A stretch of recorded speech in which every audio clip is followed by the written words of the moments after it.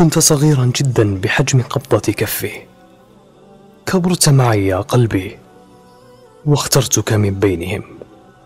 أردتك سماويا تعشق حكايا الجنة، تنعشك شذرات النقاء. أيا قلبا رافقني ولا زال حتى الرمق الأخير. أخمد ضيق أنفاسي في لهاثي، أهدئ روعي بهدهدة هواجسك واحتويني. لا تكن يا صغيري قاسيا مظلما قاحلا باعدا عن صراط لطالما تمتمت بنجواي أن أكون عليه. لا تكن هكذا، كن لله وكفى. ولا تكن كما الحائر بين لحظة هوى وعودة مليئة بالخيبة، متزعزعا متخبطا كثير التألم.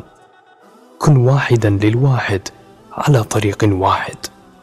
هكذا كن. عد لفطرتك كلما حاولت أهواء الزمن افتراسك. عد لحضن والدتك، عد لسجادة المعتقة التي لطالما استسلمت لطهرها. حلق بخشوعك تحت عرش العظيم الكريم، واحجز لك موعدا عند بوابات السماء. سأكون دائمة الدعاء لك أن يصلحك المولى ويجبر كسرك.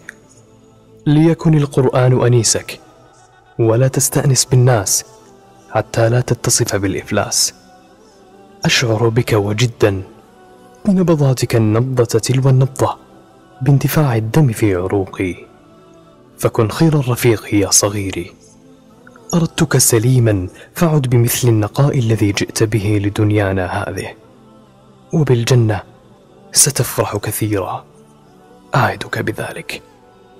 استودعتك الله، ولن تخيفك بعد اليوم ليالي السهاد الموحشة. بقلم تهاني الشعلاني.